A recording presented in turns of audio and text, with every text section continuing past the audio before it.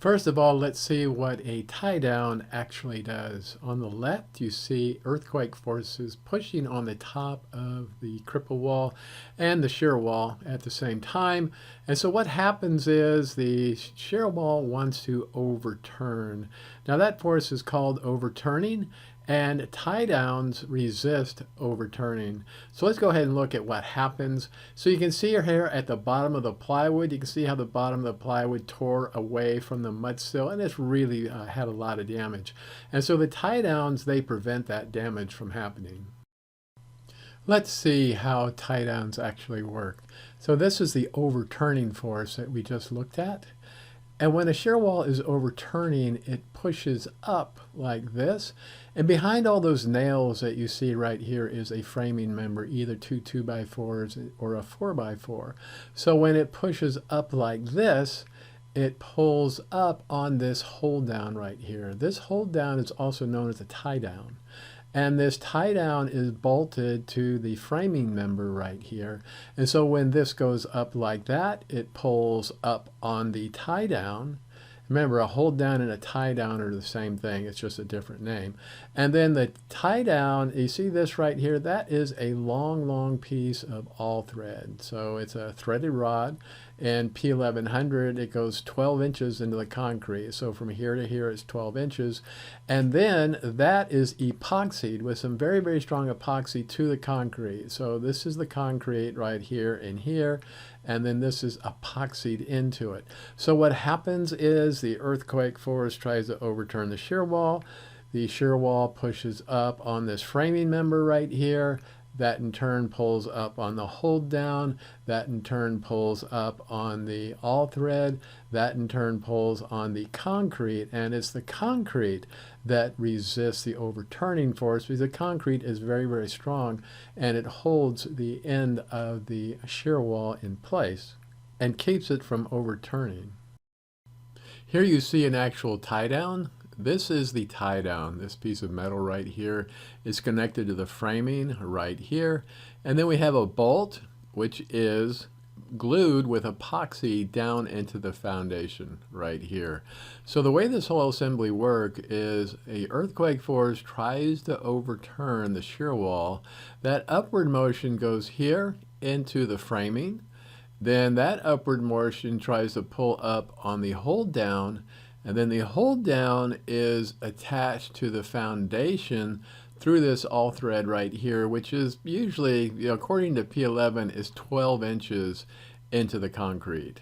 So the big issue here is what's going to fail. Is it going to be the wood that fails? Is it going to be the tie down that fails? Is it going to be the all thread right here that fails? Is it going to be the epoxy that fails, or is it going to be the concrete that fails? So in my studies, I looked, and apparently the weakest part of this entire assembly is the concrete. I'd like to show you how this drawing relates to what we see here. So this right here is the same as this. That's the framing, that's the 2x4. This right here is the actual hold down. And this threaded rod right here is the same as this all thread right here. And then this goes in a full 12 inches into the concrete. This right here would go in a full 12 inches of the concrete. And this right here is the foundation, just like you see right here. In seismic retrofitting, you never know how long of a shear wall you can put in. There's always some kind of obstruction. There's gas meters, there's pipes, there's parts that are severely damaged. There can be practically anything. So the advantage of using tie downs is if you have something that will resist that overturning, you can put in a shear wall that is not as long. So if you only have, say, 5 feet of available foundation where you can put something, if you put tie downs in on each end, you won't have to, build a shear wall that's, say, 10 feet long where you don't have the rim. So these are really, really handy to have in P-1100. Let me show you what I mean by that. So here is the cripple wall height. So this one is 4 feet to 6 feet. And if we have tie downs, it can be 5 feet 3 inches long. And if we use without tie downs, it's 9 feet 3 inches long. So that's practically half as long if we have the tie downs to protect the shear wall from overturning. So like I said before, if we are doing a retrofit and the wall doesn't have a lot of room, there's something in the way, and the only thing we can do is fit in a 5-foot long shear wall. It happens to be 6 feet long. We can just put hold downs on each end, and we can just do that and don't have to worry about getting that 9 feet in. So this is a big saver on time. Otherwise, we'd have to move the pipes, we'd have to move the plumbing, whatever it is, in order to do it right. So these hold downs, as you can see by this chart here, they really do a lot to help a contractor in his job. The table on the left is from FEMA P-1100, and these numbers right here represented in pounds, that's the pounds of force these particular brands of hardware can resist before there's a failure. So let me show you what that looks like. Say for the Simpson Strong-Tie HDU2, earthquake force comes up this way, and as soon as it reaches 3,075 pounds of force, this right here will fail. It pulls away. What happens is the lag screws that hold it to the framing, they pull away, and the hold down can no longer perform. And I'd like to point out that when this plan set was put together, it says development of this plan set has been reduced to 3,000 pounds. Based on anchorage to existing foundation systems. Now what they're saying there is, of all the places that it could fail, of the steel rod, the wood, the tie down itself, they expect that the concrete is going to be the thing that fails. So the rest of this video, we're going to be looking at that.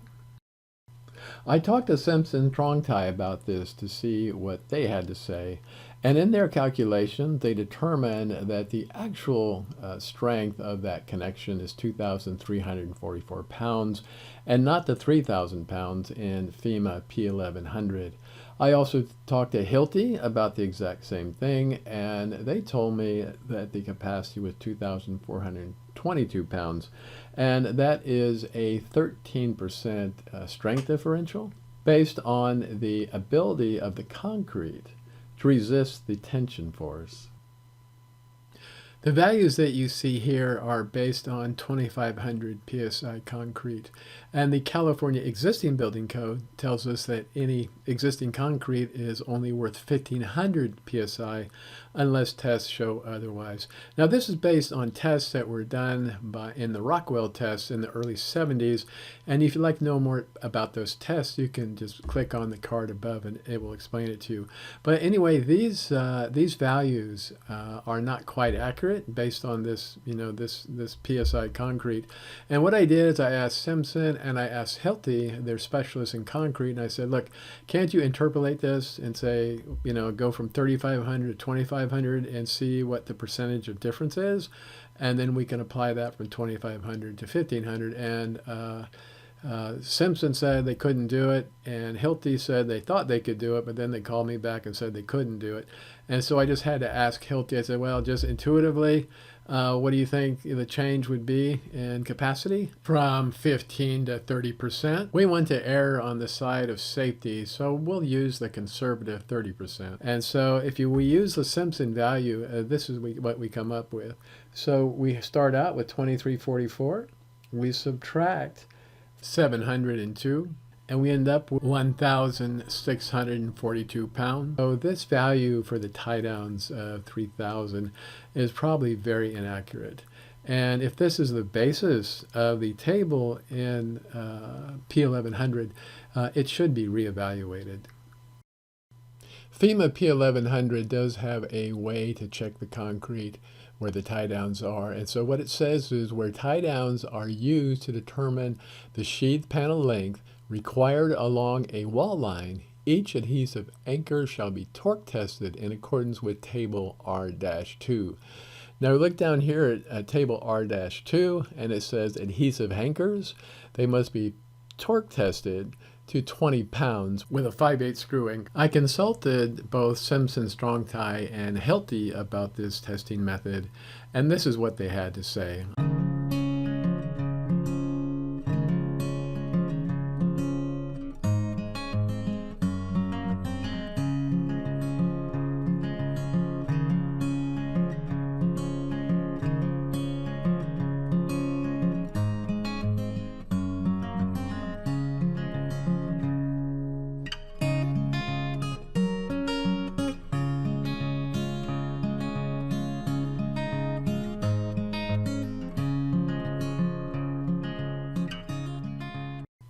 I would like to point out one more time that FEMA P-1100 says the allowable ASD capacity used for development of this plan set has been reduced to 3,000 pounds based on anchorage to existing foundation systems.